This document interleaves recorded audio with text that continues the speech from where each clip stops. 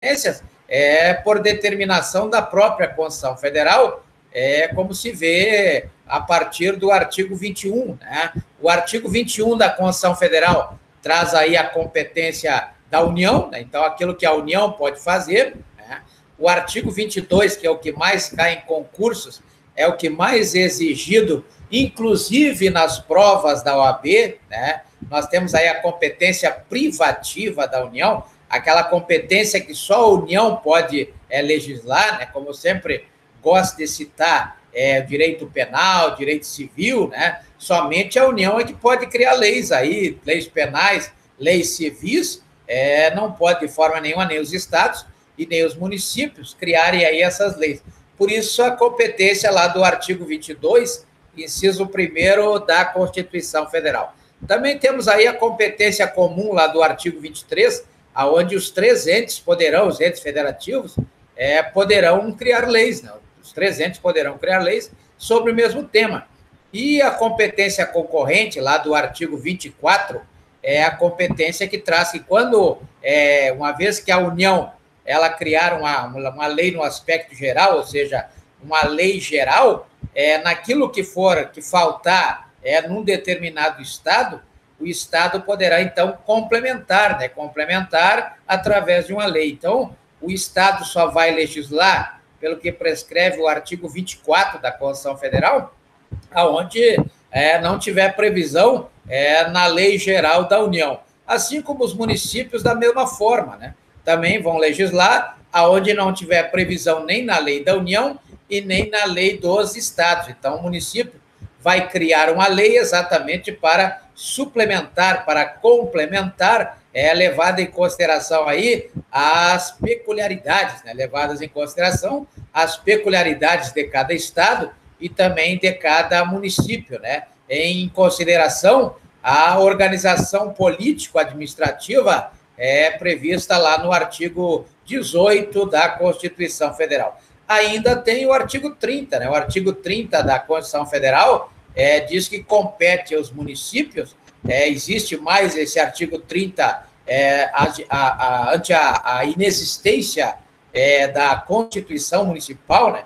Não existe a Constituição Municipal, então há a previsão lá da competência dos municípios, conforme previsto no artigo 30 da Constituição Federal.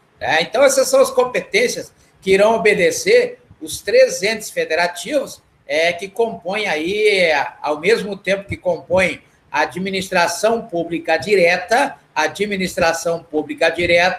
também compõe aí as administrações públicas federal, a estadual e a municipal, dentro do que prevê o artigo 18 da Constituição Federal, quanto na verdade, a organização, né? Organização político-administrativa. Então, a primeira divisão que tem que ser feita, a primeira análise, em função dessas três esferas, né?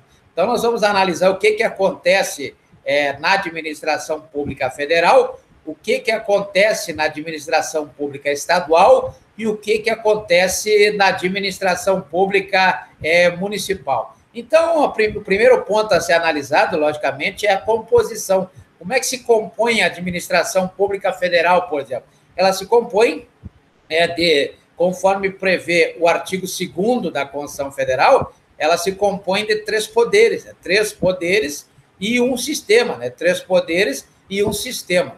Os três poderes são o poder executivo, que nesse caso aí é o presidente da República, conforme o artigo 76 e seguintes da Constituição Federal, né?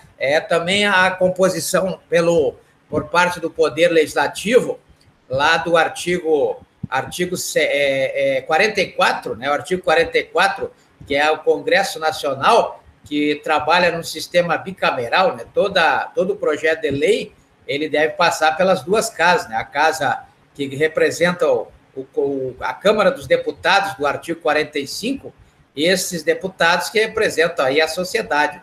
E a outra casa é o artigo 46, que representa aí os senadores, né? Os senadores, o Senado Federal, cujos senadores representam os estados, né? Então, a sociedade são os deputados e os estados são os senadores, né? Está previsto lá a partir do artigo 44 da Constituição Federal.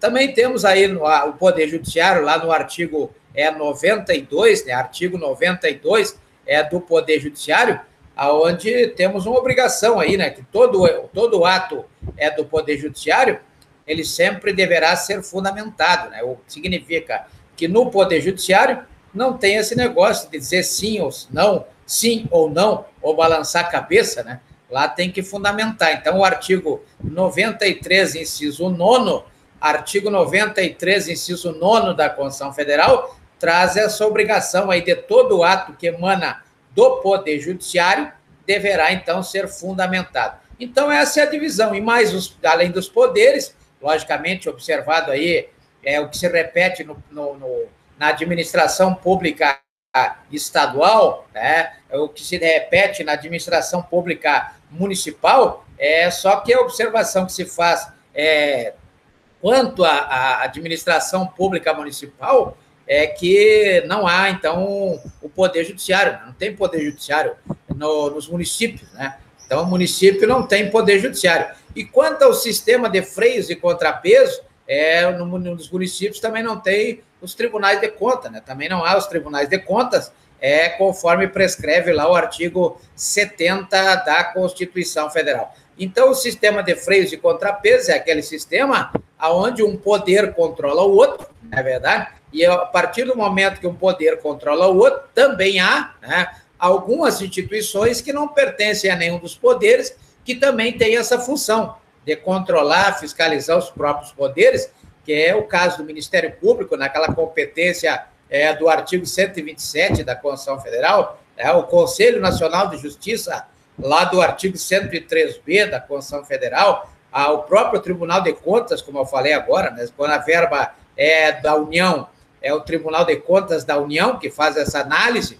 quando a verba é do Estado e do município, são os tribunais de contas dos estados, a exceção de alguns municípios que possuem aí os seus tribunais de contas, não é o caso dos municípios de Rio Branco. Então, lá no artigo 70 da Constituição Federal, nós temos aí os tribunais de contas. Então, assim que se configura a divisão do Estado em poderes, cada um dos poderes tem lá sua competência também estabelecida na própria Constituição Federal, né? Temos aí a Constituição Federal que prega que o atividade fim do Poder Executivo é o ato administrativo, né? E vale sempre relembrar que o ato administrativo, tanto nos poderes, no Poder Legislativo, quanto no Poder Judiciário, não trata-se de uma atividade fim, ou seja, em ambos os poderes, o ato administrativo representa uma atividade meio, né?